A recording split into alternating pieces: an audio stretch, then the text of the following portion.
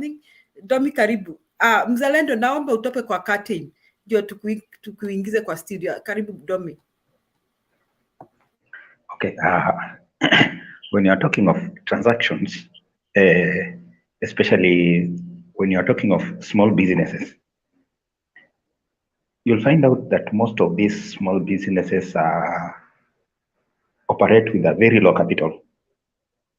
And majorly what they do is, mtu ananunua chenye ananunua is buying there in the store, then he goes to sell just across the road. And probably he's going to buy about, probably they buy even 3 times from the store. Now, when you're using a pesa, he's going to do several transactions in a day. Now, when the government have introduced, previously it was when you send money, okay, when you are paid through like the pay bill of Equity, they don't charge anything. They don't charge any transaction fee, and it made it very easy for these traders to do that business, to do their business in that way. You receive the money into Equity account, go pay the store where you're going to get, or rather, okay, pay the store, or if it's a wholesale, you got to pay there using the pay bill of Equity, and in that transactions you're not charged. So it made it very easy for these small businesses to do their transactions. Now imagine when you introduce a tax on it. If you introduce a charge, this somebody probably in one sell, ni mtu anauza kitu na probably in one sell is earning something like 10 bob, and hii shilingi 10 umeintroduce a tax juu yake. Now this 10 bob,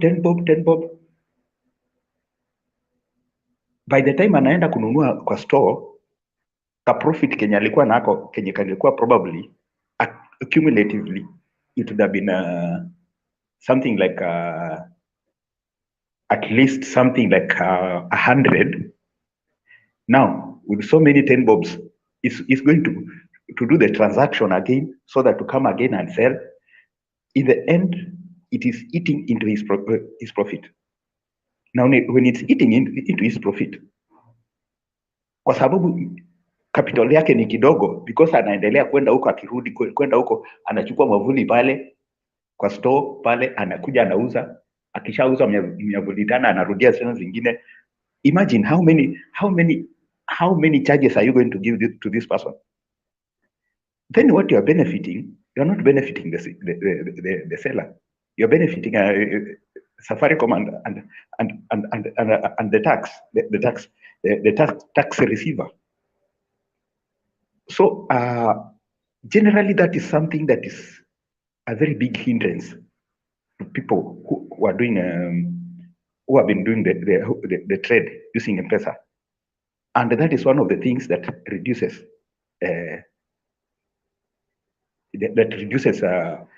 transactions. And by the way, for such a traders, the more he transacts, the more he earns. Now, if at all now he has to reduce number of transactions, it's also going to reduce his profit. In other words, haujamsaidia. It means it just boils to telling us that the government was not really for the hustler.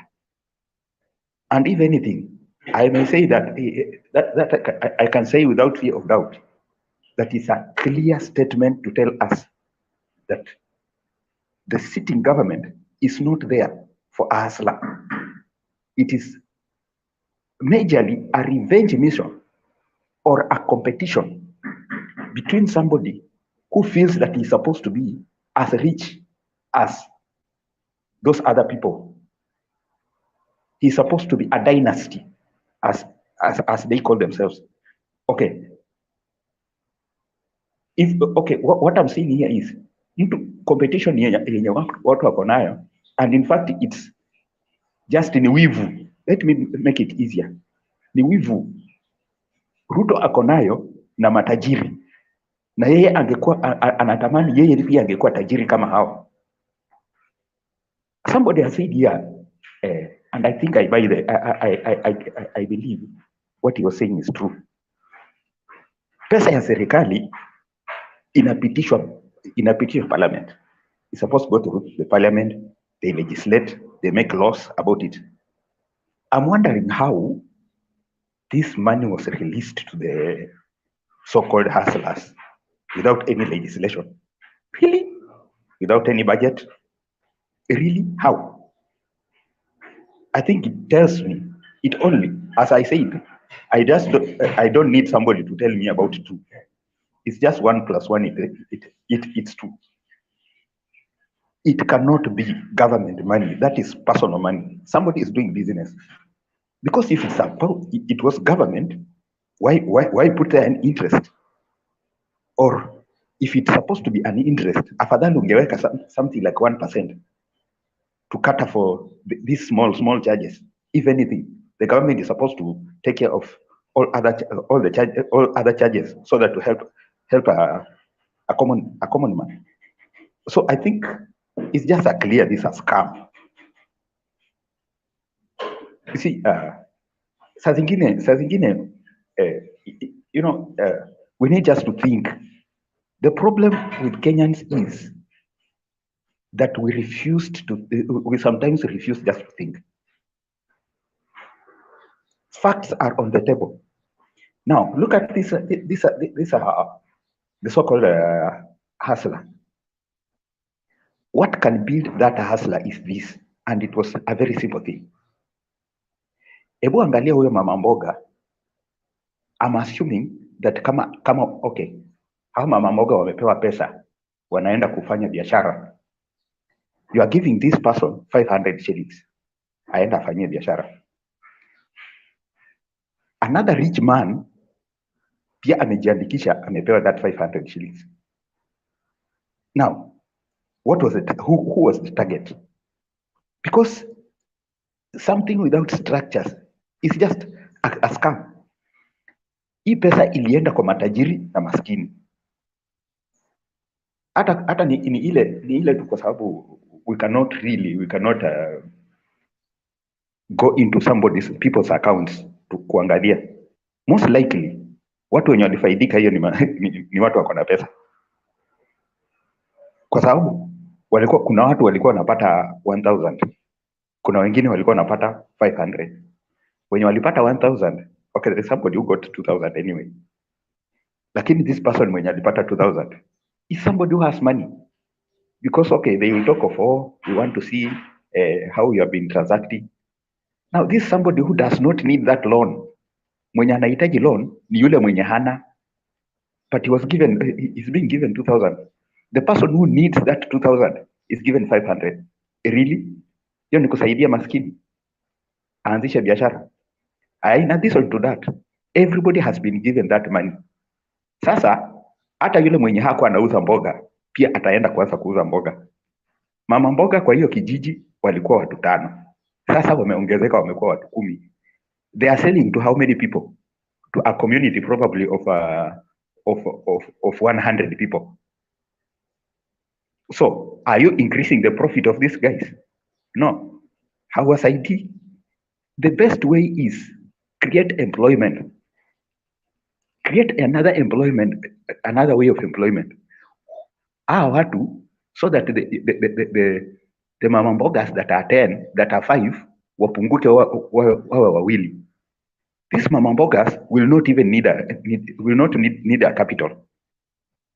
Hawatahitaji capital, because they know hii pesa unachukua sahi, hawa watu, hii population iko hapa, by evening utakuwa umepata hiyo profit, because there is so much sales that you are going to make. But now you are dividing the sales. Mama mboga 10 vile walikuwa 5 walikuwa wanapata 200 shillings. Sasa wameongezeka, wamekuwa 10, kila mtu 100. They cannot even feed their houses. You're not helping them. That is why Raila was saying the Azimio thing was industrialize the nation. Just industrialize the nation. You will not need this 500 thing. Industrialize the nation. Out of the industries, you will get enough tax. Out of the industries, everybody, people, you'll have more people employed in sort of some formal. We'll got sort of some formal employment, and we'll have other people who will be doing trade with the factory. If it's a company or whatever, they'll be doing business with that. That's an indirect employment. And once you get such a thing, you will have enough tax, and you'll have everybody will be busy. And I will say again, munaita hawa watu wenye wanaenda kudemonstrate ati they are idlers. Yes, okay, they are idlers, fine. Now, why can't you make them busy? Hakuna kazi, ile kazi walikuwa wanafanya umewanyang'anya. And point of correction, Mr. Muzalendo, ulikuwa hapa, alafu kuna kitu chenye uliongea that I was not able to rebuttal. Remember, mtu anakuambia hapa, I think Big J aligusia, you are stopping ile pesa watu walikuwa napata kila siku, alafu you are saying, you are promising, because it's a promise, ati tutaanza kufanya mijengo na mtapata kazi huko. Okay, mnafanya mijengo Nairobi, what about mashamba? Okay, mnafanya mijengo Nairobi, what about Bungoma? Kwetu kwetu hakuna mijengo inafanywa. That one is in the control of the governor. And by the way, not everywhere hiyo mijengo itafanywa kila pahali. And another thing that is a fact, this one is underlined it. Ruto has always lied. He does not deserve under any way to be trusted. He has lied. Na kuna vitu kila chenye anasemanga anasema anadanganya watu, kesho hafanyi. He does not do it, or he does something different. So afadhali uache hiyo kazi kwa vijana waendelee kufanya. Ile siku utaanza mijengo, then people will go there. But stopping it is malicious. Stopping it now, how are they going to survive mpaka? Are you telling me that wakae kwa nyumba, eat nothing, to wait for buildings? Utaanzisha mijengo after 6 months so that they start eating the 6th month? Give me a break. That one, hapana. It just shows that mtu nani Duke alikuwa hapa anatuambia ati they wanted to do the audit. So you stop people from eating for you to do the audit. Give me a break. Wacha watu waendelee kufanya kazi, wewe fanya audit yako. If anything, the best person in office is to continue. Wewe watu wanaendelea kufanya kazi na wewe unafanya audit yako. Do your audit. Do it there in your offices. In fact, we don't need to know what you are doing in offices. What we need to know is to see the results. When you come with the results and say this money was stolen by so and so, fine, take this person to court. What we are hearing here, hao walikuwa nakula pesa. Okay, you are in power. Why don't you arrest them? He's not arresting anybody. He has not arrested anybody. So in other words, you are lying. If you feel that these guys were stealing, arrest. If you cannot arrest, then you are lying. You cannot tell us every day that you stopped because it's kuna watu wachache walikuwa wanafaidika. Okay, fine. Stop wale watu wachache kufaidika na washike waweke ndani kama wako na makosa, kama walikuwa naiba. Kama hawezi washika kuwaweka ndani, then you are lying. It is just as simple as that. Because mtu kama tuseme if it's somebody like somebody who is outside the government can give us such a thing. I don't have the power to arrest. But you are in power. You are the president. You cannot anzisha tribunal ifanye hiyo nini. In fact by now tungekuwa tumeona matribunal mingi zimetengenezwa. The first tribunal yenye unatuletea hapa ati ni kwa ajili ya Cherera. People who are saw wickedness happen and they said no to wickedness. Those are the people you want to investigate. While those thugs that have stolen, wenye wameua watu kama my home MP who shot somebody mbele ya watu in the open and right now is walking free. Such as people, we don't see any. Hiyo kesi hata pahali imefika, you hear that what people are scared to follow it up. My friend, that is why I will tell you again, tunaelekea Limuru na tunasema tunaenda Mombasa. My friend, if we agree with that, then I don't think akili yetu itakuwa inafanya kazi. Uko kwa basi inaenda, unasema uko kwa basi inaenda Mombasa, then inaelekea Limuru ikienda hivyo, inapanda Uplands and you are seated, then there is a problem in your head. We cannot continue that. Okay, that's what I will say. Asante Domi, hiyo hustler fund hata au mama mboga, they won't increase. Let me tell you how much would you do with 500? Do you know of anybody who got the hustler fund na kaanzisha biashara? I want those who are watching, the members of the panel, the people in the comment section, kama uko na a good examples of people who got the 500 bob and started a business, you can give us that statistics. Wakakuwa hustlers, maisha yao yakabadilika, wakaanzisha biashara na wakabadilika. So Domi, that hustler fund is just a scam.